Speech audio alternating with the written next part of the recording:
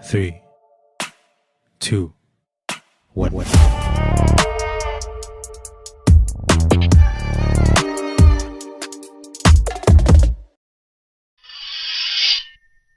The RDO takes up preliminary study on development of indigenous conventional submarines. As the procurement of new submarines under P-75I goes on, the Defense Research and Development Organization has taken up a preliminary study on the design and development of an indigenous conventional submarine under Project 76, reported The Hindu. A go-ahead from Defense Ministry to carry out a preliminary study to determine the project contours. It is expected to take up to a year, after which a formal case will be put up to the Cabinet Committee on Security for project sanction. A defense source in the know said, this will be a continuation of the Advanced Technology Vessel project to build a conventional submarine, under which the Ariane series of nuclear ballistic missile submarines are being built, and another project for building nuclear-powered submarines is currently underway, the source stated. Under P-76, there will be substantial indigenous content, including weapons, missiles, combat management system, sonars, communications, electronic warfare suite, mast and periscope, sources said. The Navy has a 30-year submarine building program, and after the P-75I, it intends to design and build conventional submarines indigenously, senior officials had stated on several occasions. Area-independent propulsion and area-independent propulsion module designed and developed by DRDO is now awaiting fitment on the Scorpion-class submarines. The first Scorpion-class submarine, Kalvari, is expected to go for refit in 2025, when the fitment process would begin, and is expected to take 2-3 years, 2027 or 2028, sources said. This is being done in collaboration with Naval Group, the original manufacturer of Scorpions. An AIP module acts as a force multiplier, as it enables conventional submarines to remain submerged for a longer duration, thereby increasing their endurance and reducing chances of detection. Indian Army commemorates Kargil Vijay Divas with marathon in Ladakh. The Indian Army, in collaboration with the Sarhad Foundation, Pune and Civil Administration, conducted various marathons and runs at Dras. The Ministry of Defense informed in a press release. The marathons were conducted to commemorate the Platinum Jubilee of Zojila Battle and Raja Jayanti of Kargil Vijay Divas. This initiative serves as a tribute to the valor and sacrifice exhibited by the Indian Armed Forces during these historic military operations.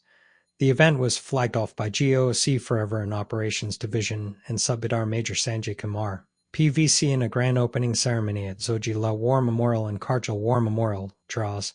The release added. The runs were conducted from the pristine icy heights of Zojila to the battlegrounds at Dras.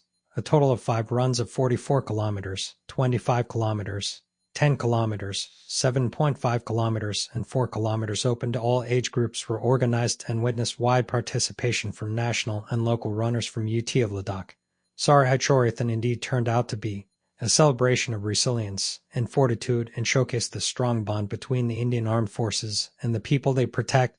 It also said, the runs not only challenged the limits of participants, but surely gave them fond memories to cherish for a lifetime. Sarhad Chorathan has the potential to transform Dras as a hub of adventure tourism, and efforts of the Indian Army are surely going to benefit the local populace and local economy, the Defense Ministry said. India, Russia close to signing landmark joint venture agreement on S-400 Triumph air defense system. India and Russia are close to finalizing a landmark joint venture, JV, packed on the S-400 Triumph air defense AD system. The S-400 Triumph is a highly advanced surface-to-air missile system that provides a significant boost to India's air defense capabilities. India signed a deal with Russia in October 2018 to purchase the S-400 Triumph system for $5.4 billion. According to recent reports, Russia has already delivered 3 S-400 Triumph systems to the Indian Air Force, IF. The delivery of the remaining 2 systems is expected to be completed within the agreed time frame. India has also sent its military specialists to Moscow for training on the S-400 Triumph missile defense system. The S-400 Triumph AD system will enhance India's ability to counter enemy fighter aircraft and cruise missiles at long ranges, providing a solid air defense capability. This acquisition is seen as a significant step in strengthening the defense alliance between India and Russia.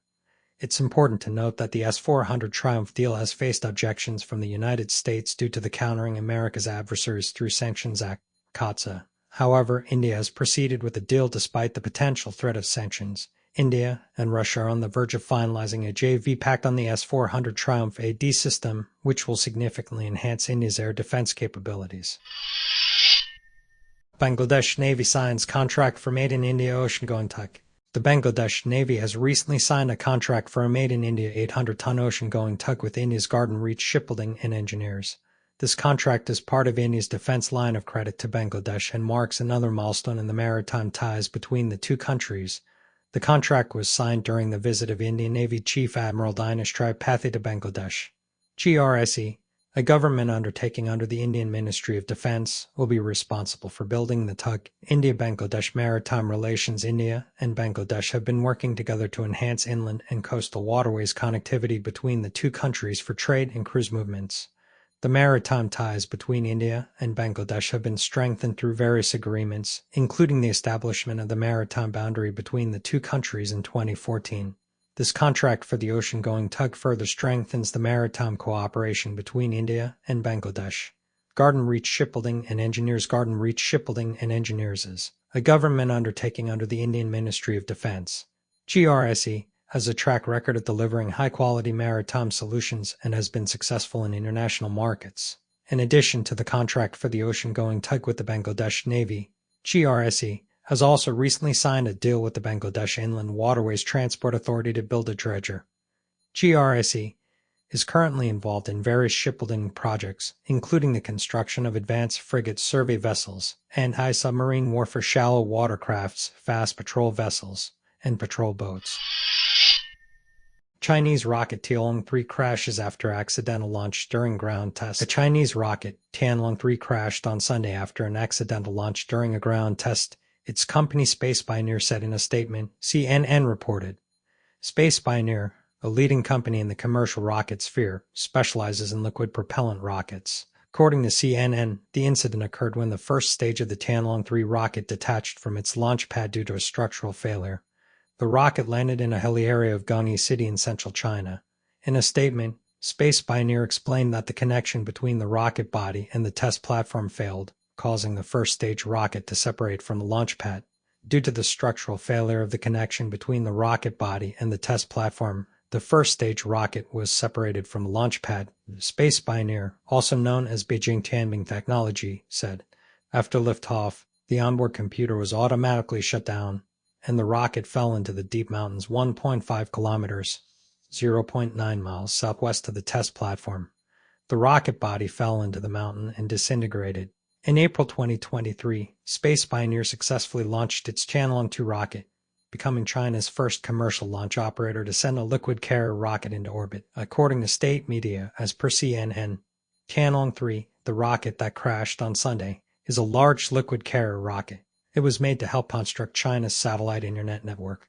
Space Pioneer claims that the Tianlong-3's performance is comparable to SpaceX's Falcon 9 rocket, adding that it will be capable of launching the rocket over 30 times per year after the rocket's first successful flight. The accident comes just days after China's Chang'e 6 lunar module returned to Earth from space, where it collected the first ever samples from the far side of the moon. The mission was a key milestone in China's eternal dream, as articulated by Chinese leader Roman 11 Jinping, to establish the country as a dominant space power, and comes as a number of countries, including the United States, also ramp up their own lunar exploration programs. That's it for today. Thank you so much for watching. See you in the next video. Till then, Jai Hind, Jai Bharat. 3, 2, 1.